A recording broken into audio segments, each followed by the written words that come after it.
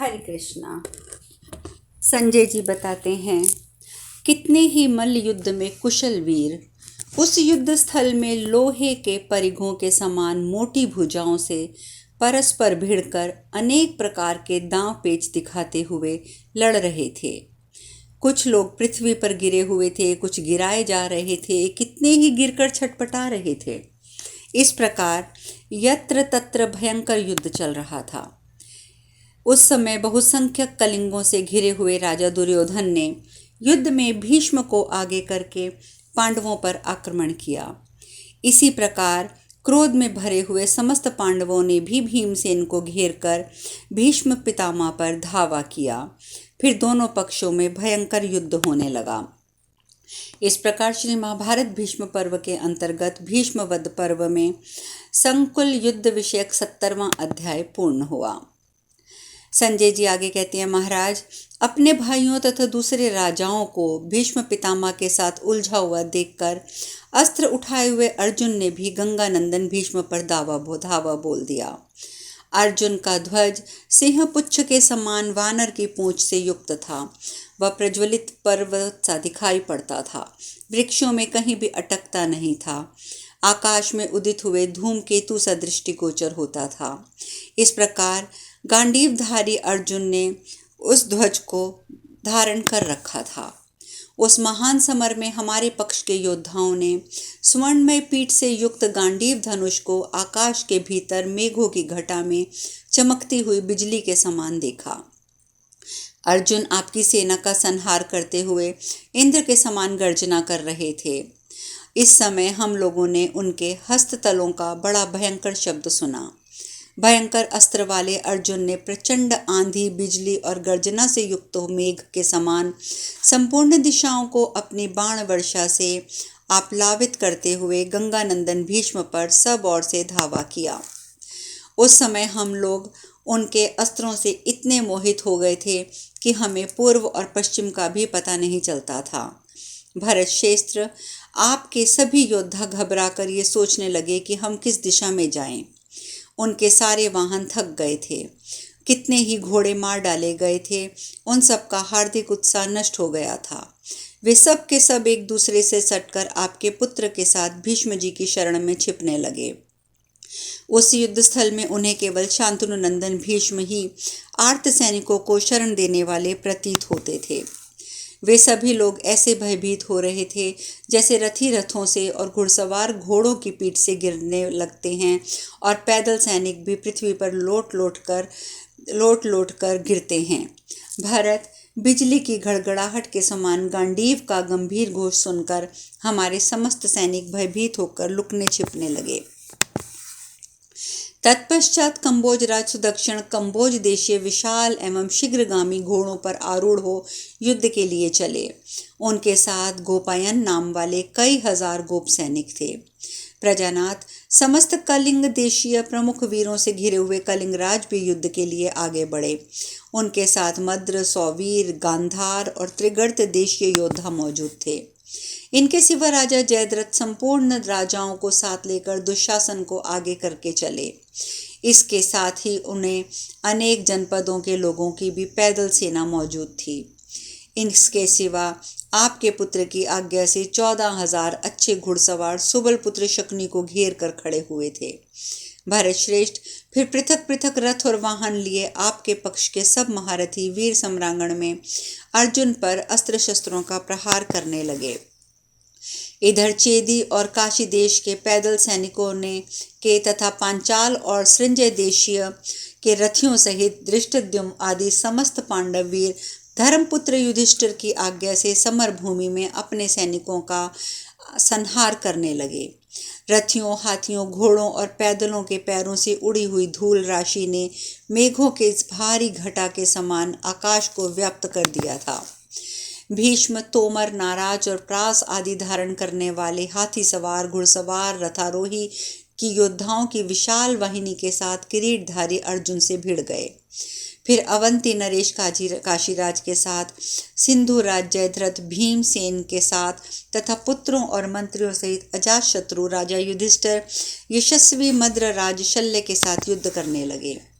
प्रजानाथ, विकर्ण सहदेव के साथ, चित्रसेन शिखंडी के साथ भिड़ गए।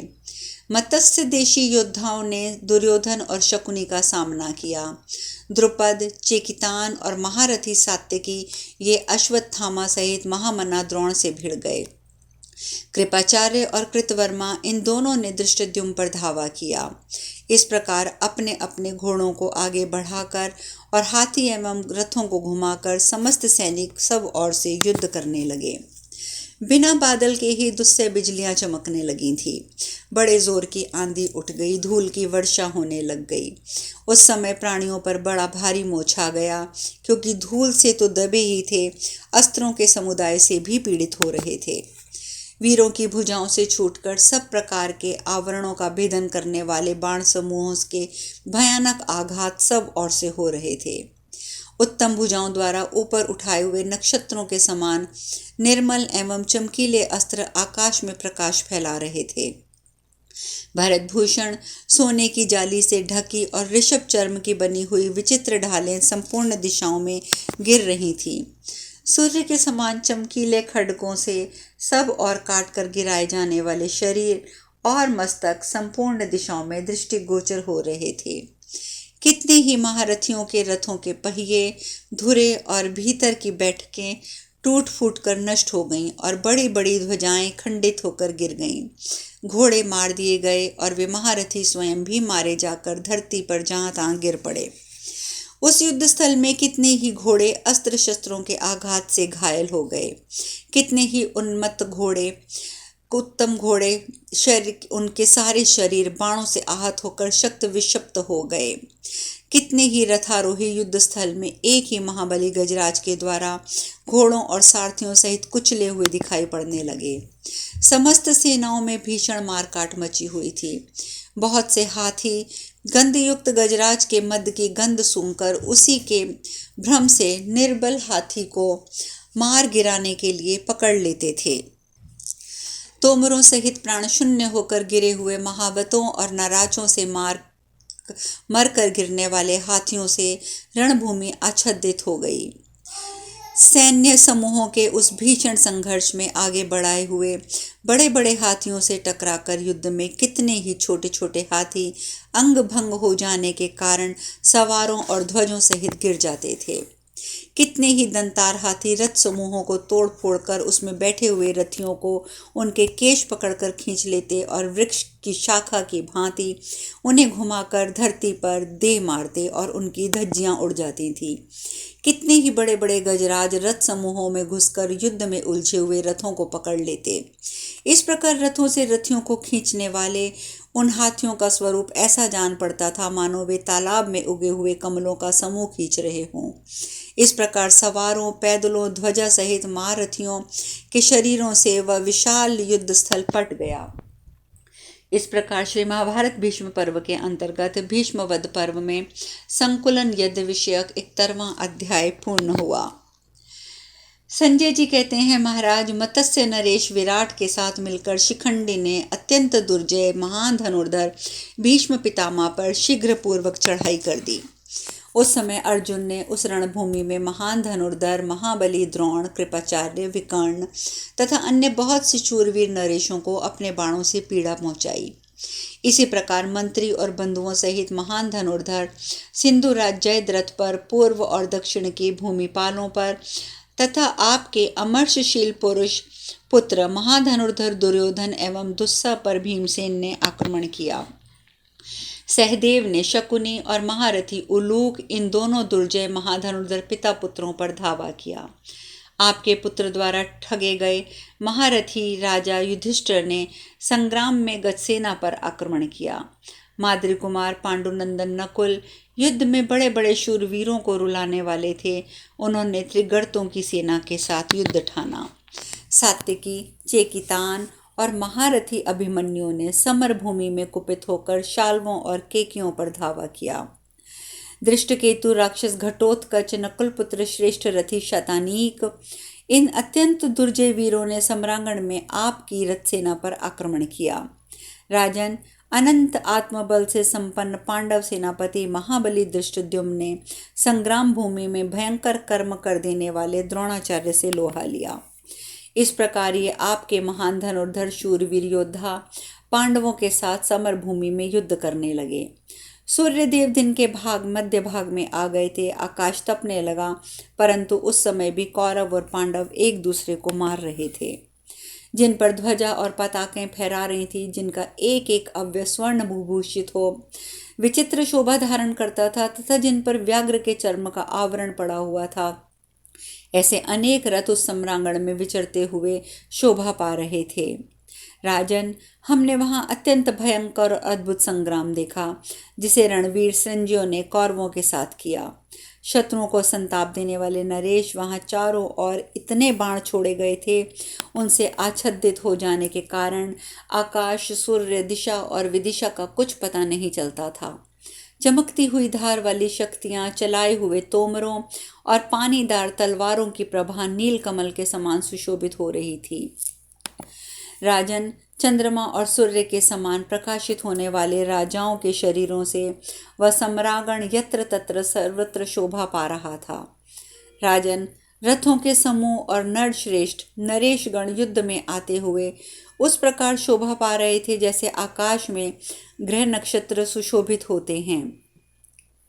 रथियों में श्रेष्ठ भीष्म ने कुपित होकर सब सेनाओं के देखते देखते महाबली भीमसेन को रोक दिया।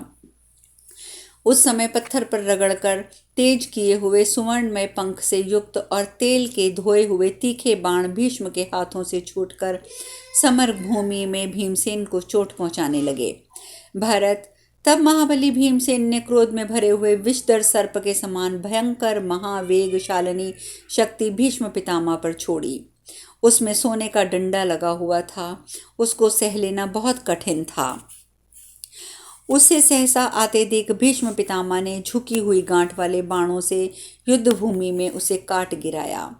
तदंतर एक तीखी और पानीदार भल्ल से उन्होंने भीमसेन के धनुष के 2 टुकड़े कर दिए। भीमसेन ने उस कटे हुए धनुष को फेंककर दूसरा धनुष लेकर बहुत से बाणों द्वारा युद्धस्थल में शांतनु नंदन भीष्म को पीड़ा दी। जनेश्वर, तत्पश्चात उस युद्ध में सात्यकी ने शीघ्र ही अपने आप के ताऊ भीष्म के पास पहुंचकर धनुष को कानों तक खींचकर चलाए हुए बहुत से तीखे और तेजमय सहायकों द्वारा उन्हें बहुत पीड़ा दी। तब भीष्म पितामह ने अत्यंत भयंकर तीक्ष्ण बाण का संधान करके सात्यकी के रथ से उसके सारथी को मार गिराया। राजन, रथ सारथी के मारे जाने पर सात्यकी के घोड़े वहां से भाग चले। मन और वायु के समान वेग वाले वे घोड़े जिधर राह मिलती उधर से दौड़ने लगे। इससे सेना में कोलाहल मच गया। महात्मा पांडवों के दल में हाहाकार होने लगा। दौड़ो, पकड़ो, घोड़ों को रोको। सात्यकी के रथ की ओर से इस तरह का शब्द गूंजने लगा। इसी बीच में शांतनु नंदन भीष्म ने पांडव सेना का उसी प्रकार विनाश आरंभ किया, जैसे देवराज इंद्र आसुरी सेना का संहार करते हैं। भीष्म के द्वारा पीड़ित हुए पांचाल और सोमक युद्ध का दृढ़ निश्चय लेकर भीष्म की ओर दौड़े।